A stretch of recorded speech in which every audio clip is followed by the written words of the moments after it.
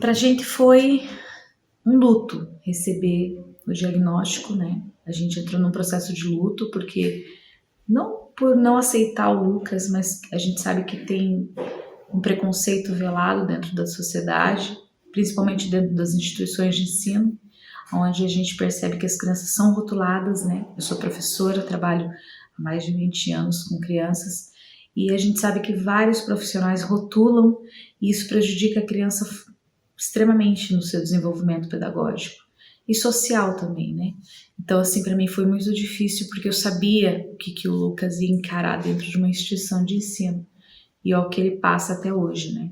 Muitos profissionais, por ele ter o CID do autismo, eles tiram as possibilidades de ensino do Lucas, né? Então eles eliminam, eles acreditam que ele, por ser autista, ele não tem capacidade cognitiva para aprender. Isso é uma coisa, uma barreira que se cria, né?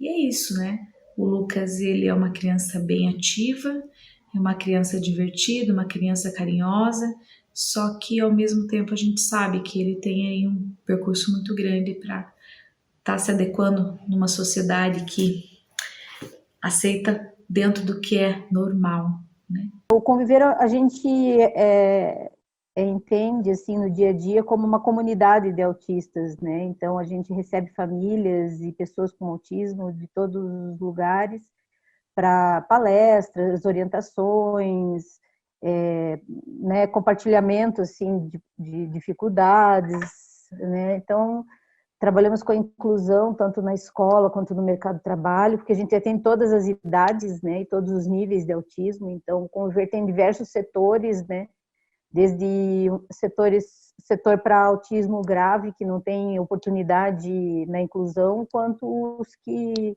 trabalham e estudam, né.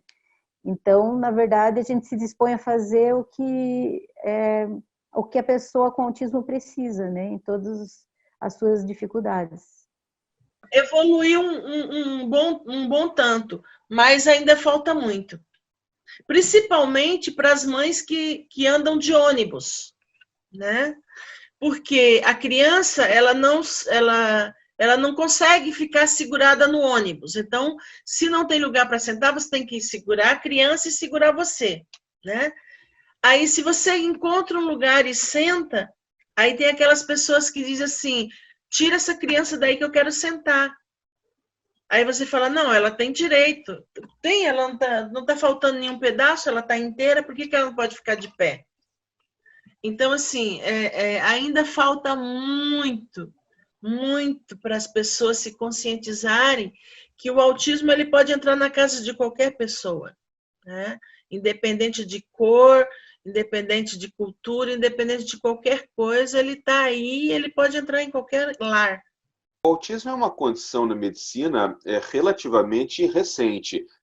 Eu faço um parâmetro. Se você pensar dor de cabeça, enxaqueca, por exemplo, há 5.000 anos atrás, no Egito Antigo, já existiam descrições muito claras de tratamento para enxaqueca. Eles amarravam 2 crocodilos de argila aqui do lado, com um pano branco na cabeça das pessoas, escreviam nomes de deuses naquele pano, e isso era o tratamento para enxaqueca. Ou seja, era uma condição que já era conhecida há mais de 5.000 anos atrás. Os chineses também, há 7.000 anos atrás, também já tinham tratamentos específicos para dor de cabeça.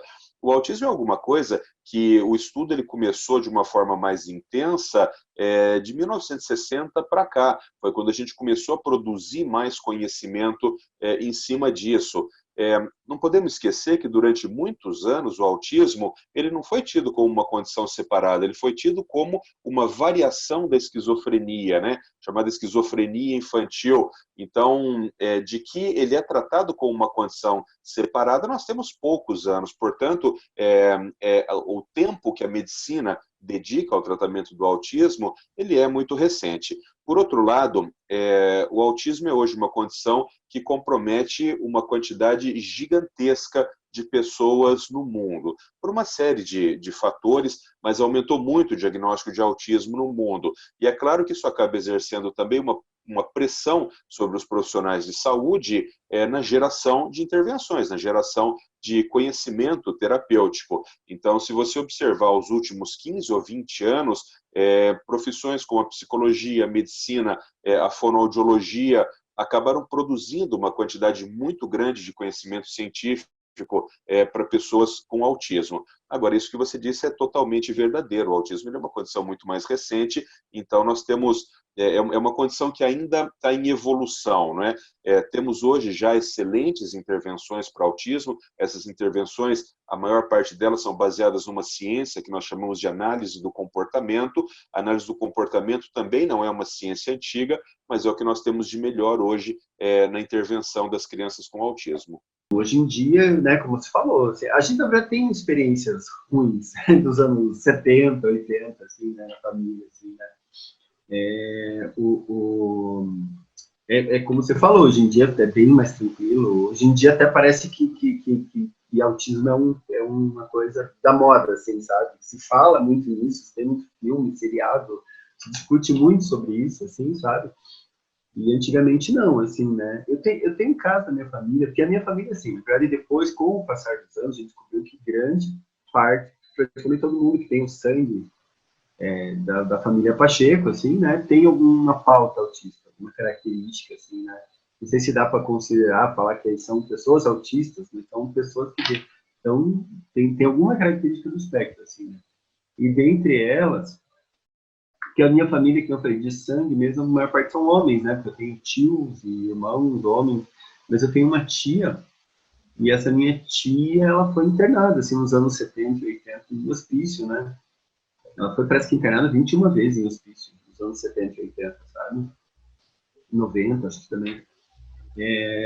Mas ela foi um caso horrível, assim, né? Porque todo esse processo que ela passou, na verdade, prejudicou cada vez mais ela, assim, não, sabe, o fato dela ser, ainda mais assim, né, pensando no hospício nos anos 70, 80, era uma coisa super complicada, assim, né?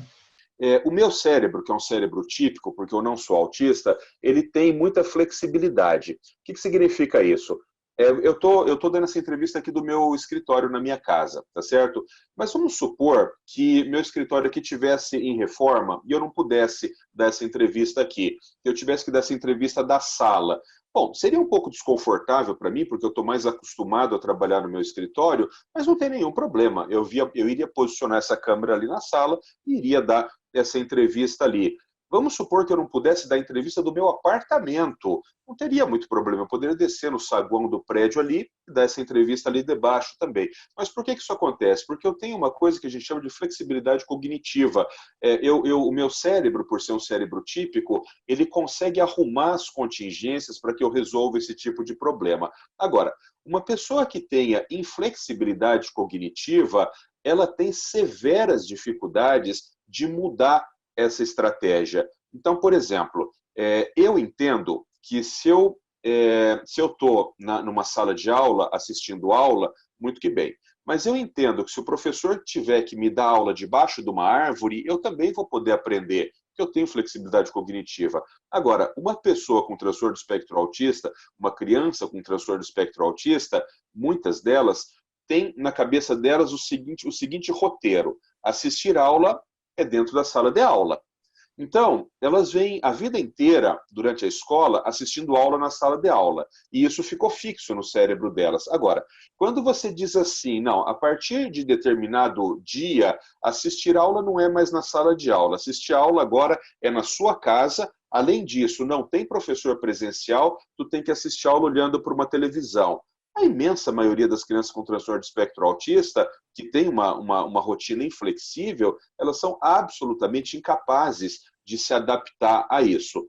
O fato é que muitas delas tiveram que se adaptar à força, até porque nós estamos já desde março nisso aí. E aí entra de novo, de uma forma muito certeira, o que você disse, que a partir do próximo ano, em algum momento, nós iremos voltar para a escola. Naquele momento, nós vamos ter que fazer essa outra readaptação, porque desde março para cá, eles foram mudando a rotina no cérebro deles, e aí então, estar em casa assistindo aula através de uma televisão virou uma rotina, virou uma regra, virou uma norma. Quando a gente chegar em fevereiro, março do ano que vem e disser assim, olha, não, agora já não é mais isso. Agora nós temos que voltar para a sala de aula na presença dos amigos, com todos os ruídos, olhando para o professor presencialmente, nós vamos ter uma segunda fase de adaptação. Principalmente nesse período de pandemia, nosso trabalho está voltado principalmente aos pais. Pelo fato de, né, em alguns momentos não poder estar em contato com as crianças, o trabalho está voltado aos pais. Então, semanalmente entra em contato para saber como que está o desenvolvimento da criança, passa atividades voltadas ao desenvolvimento e à faixa etária da criança, e também para tirar um pouquinho dessa angústia dos pais também nesse período, né? Não é nem um pouco fácil para eles estar o tempo integral com a criança e muitas vezes fazer o papel, além de pais, fazer o papel de terapeutas também. Então, assim, foi um ano, está sendo um ano de grandes reflexões para nós profissionais e pais com relação à educação, ao ensino, e assim, um momento de perceber também essa importância desse vínculo, porque este ano também nós tivemos a oportunidade de fortalecer os vínculos familiares. Eu tive a oportunidade em casa de trabalhar vários aspectos com o Davi, que durante esse dia a dia da nossa rotina de trabalho, estudo, muitas vezes não tinha um tempo maior. Então existem muitos aspectos que foram positivos.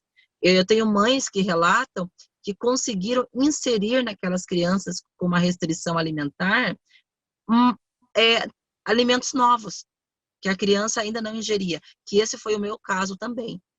Então, assim, certamente um trabalho bem mais intenso, né, por parte das famílias e da ampara, né, de nós enquanto terapeutas, mas é um trabalho muito gratificante também. A concentração do Caleb, ele tem um momento de estar no mundo dele, onde nada tira aquela concentração de estar no mundo dele. Mas no dia a dia ele não tinha essa concentração. Então a gente foi vendo, através das terapias, dos toques dos terapeutas, que ele obedece comandos como números. A gente falar 1, 2, 3, ele capta que estamos falando com ele, que é a hora de iniciar, que é a hora de terminar. E é esses tópicos assim que a música foi nos passando, que ele gosta de toques, de momentos dele que a gente desperta. A alfabetização dele foi feita muito lúdica, foi através de música musicalizada. Ele aprendeu o alfabeto e aprendeu a ler já com 3 anos de idade, e o alfabeto todo ele conseguiu assimilar através da música. Que o Caleb, por exemplo, ele não conseguia, por exemplo, digamos que ele fosse pegar uma coisa, assim, aí ele fosse jogar para frente aqui, né?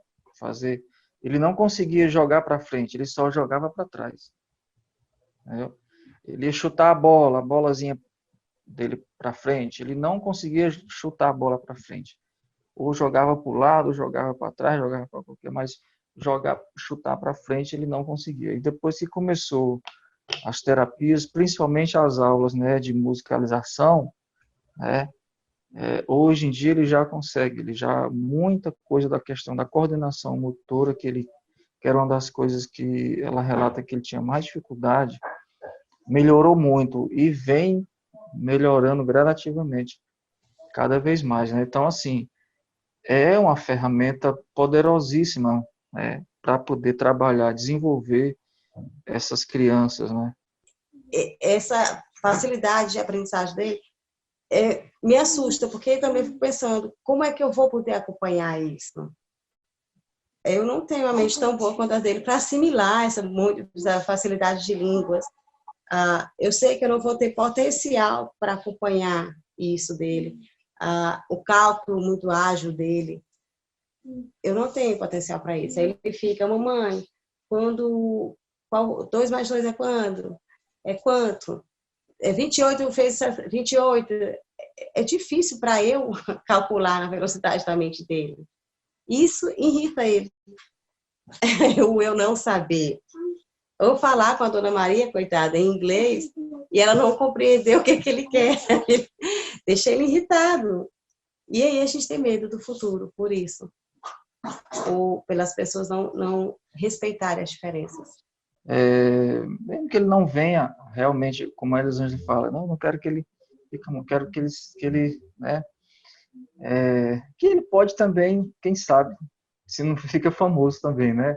Porque se ele continuar da forma que ele é, com a percepção que ele tem, se ele crescer e ele for entrar pelo mundo da música, ele vai galgar coisas que talvez inimagináveis, né? Eu acredito nisso.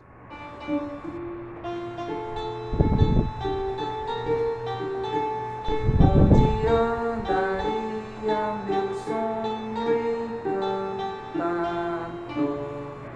Fada madrinha, vara de condão, esse meu coração sonhando acordar.